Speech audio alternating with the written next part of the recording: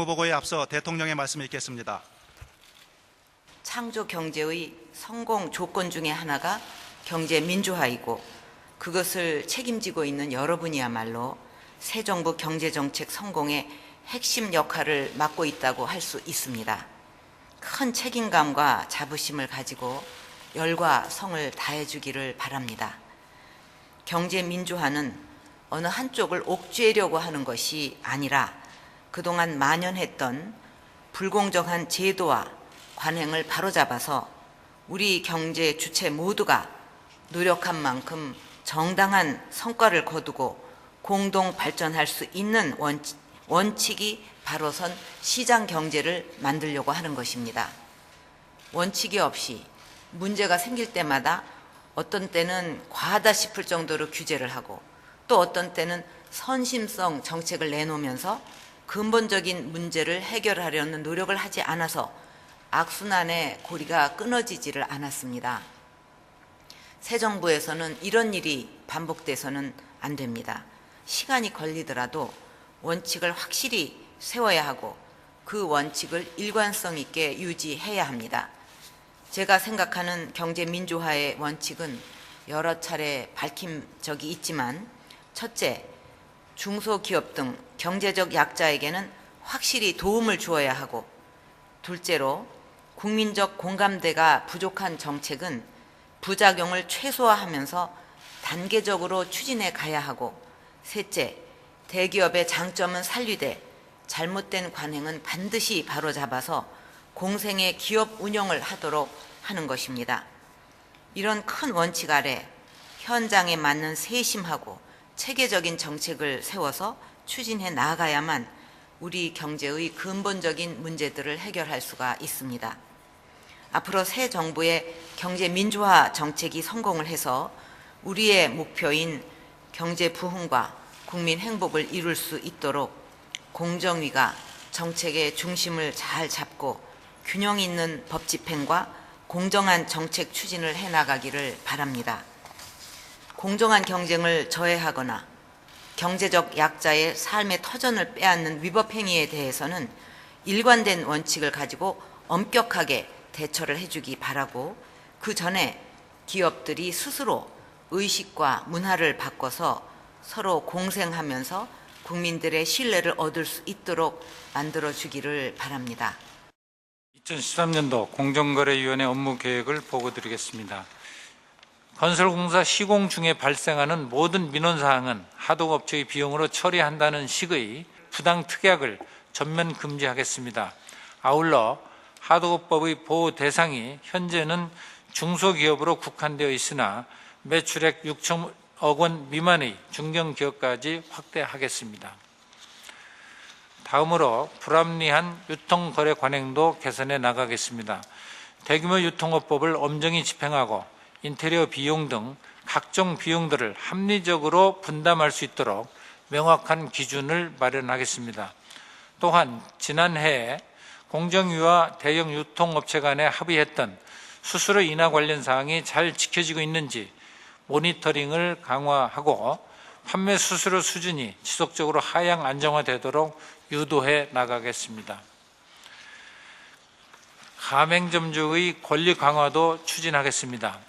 특히 최근 인권 차원의 문제로까지 비화되고 있는 편의점 24시간 영업 강제 등을 금지하고 가맹령 사업자 단체에 단체 협의권을 부여하는 등 가맹본부와 대등하게 협상할 수 있도록 해나가겠습니다.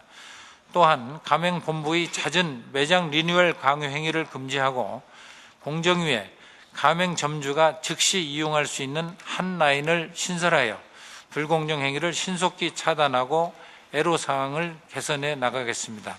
먼저 국민과 소비자의 시각에 맞추어 법과 제도를 개선하겠습니다. 소비자에 대한 기만적 부당행위 규율의 사각지를 없애기 위해서 법적 규제 장치를 보완하겠습니다. 또한 전자상거래에서의 소비자 피해 확산을 막기 위해서 임시 중지 명령제를 도입하겠습니다. 공정위 등의 일감 몰아주기 감시 활동에도 불구하고 대기업끼리 광고를 서로 주고받는 일감 스와핑 가능성이 매우 높고 대기업 광고회사가 중소광고회사 지분을 인수하여 의장 거래를 하고 있는 게 현실입니다.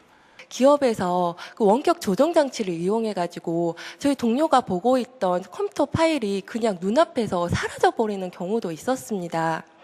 그래서 저희 공정위에서는 이러한 기업들을 상대하기 위해서 이런 삭제된 자료들을 복구하고 분석하는 디지털 포렌식 팀을 운영하고 있고, 앞으로도 이러한 조사 역량 개발과 인력 확충이 필수적이라는 생각이 듭니다. 이 불공정 거래 행위라고 하는 것은 상식적인 개념이 아니라 그 현저성과 경쟁 제한성이라는 법으로 아주 엄격하게 정의된 그 두 가지 요건을 모두 충족시킨 경우에만 공정위가 현행법에 의해서 제재를 할 수가 있는데요. 이것이 현실에서는 이제 많은 한계를 드러내고 있기 때문입니다. 즉 시장 가격에 근접한 가격으로 거래를 하되 물량을 많이 몰아주는 경우에는 참 규제하기가 어렵고요. 마지막으로 오늘 업무 보고와 토론에 대하여 대통령의 마무리 말씀을 읽겠습니다. 오늘 그 보고한 국정과제 실천 계획은 대기업, 중소기업, 소상공인, 소비자 등 전 국민에 대한 약속인 만큼 빠짐없이 지켜나갈 수 있도록 노력해 주기를 바랍니다. 특히 공정위의 국정과제는 입법 사항이 대부분입니다. 그래서 앞으로 국회에 그 입법의 당위성을 정확하게 설명하고 또 국회의 의견도 충분하게 받아들여서 필요한 입법들이 조속히 이루어질 수 있도록 노력하기를 바랍니다. 특히 하도급 거래나 또 납품업체, 대형 유통업체 간의 이 거래, 또 가맹본부와 가맹점 간의 거래처럼 구조적으로 불공정 관행이 나타나기 쉬운 그런 분야에 대해서는 공정위가 우선순위를 잘 설정해서 대책을 마련해야 하겠습니다. 전속 고발권 폐지 그리고 징벌적 손해배상제 도입은 이 같은 그 잘못된 관행 개선을 위한 필수적인 과제이기 때문에 차질 없이 추진해 나가기를 바랍니다. 그리고 경제 민주화를 그 기업의 규제를 위한 것으로 생각할 것이 아니라 서로 공동 발전하도록 기업의 변화를 유도하는 것으로 인식해야 할 것입니다. 앞으로 창조 경제와 선순환을 이루어갈 수 있는 과제에 대해서는 과감한 대책을 마련할 필요도 있겠습니다. 예를 들어서 현재 그 벤처 생태계 활성화를 위한 M&A 촉진 등 다양한 대책을 범정부적으로 추진을 하고 있는데 현장 상황을 보면 여러 가지 규제의 장벽들이 있습니다. 대기업 집단이 연구개발 강화 목적으로 중소벤처 그 기업을 인수할 경우에 공정거래법상 공시제도 등 다양한 규제의 대상이 되고 계열사가 늘어나는 데 대한 부담도 발생을 해서 M&A를 꺼리는 경향이 있습니다. 이런 문제를 풀어가기 위해 관련 경제 부처들과 지혜를 모아서 대책을 세워나가야 할 것입니다. 또 소비자를 시장 변화의 원동력으로 인식을 하고 소비자 결집의 필요성을 제기한 것은 매우 의미 있는 접근이라고 생각을 합니다. 원칙이 바로선 시장 경제 질서 확립을 위해서도 소비자들이 제 역할을 할 수 있어야 한다고 생각합니다. 그리고 공정위는 중소기업과 전통시장, 소상공인, 소비자 등 이 조직화되지 않은 경제적 약자를 보호하는 그런 기관이기 때문에 항상 그들의 눈높이에서 업무를 추진해야 할 것입니다. 경제적 약자들이 내는 현장의 목소리를 누구보다도 가까이에서 듣는 공정위가 단순히 사건 하나 처리하는 데 그치지 않고 어떤 문제가 계속 반복이 되면 이에 대한 근본적 해결 방안이 무엇인지 고민을 하고 해답을 내놔야 합니다. 아울러 공정위의 정책이나 법 집행이 국민들에게 어떤 영향을 미쳤는지 현장을 통해서 끊임없이 확인해 나가고 또 보완해 나가시기 바랍니다.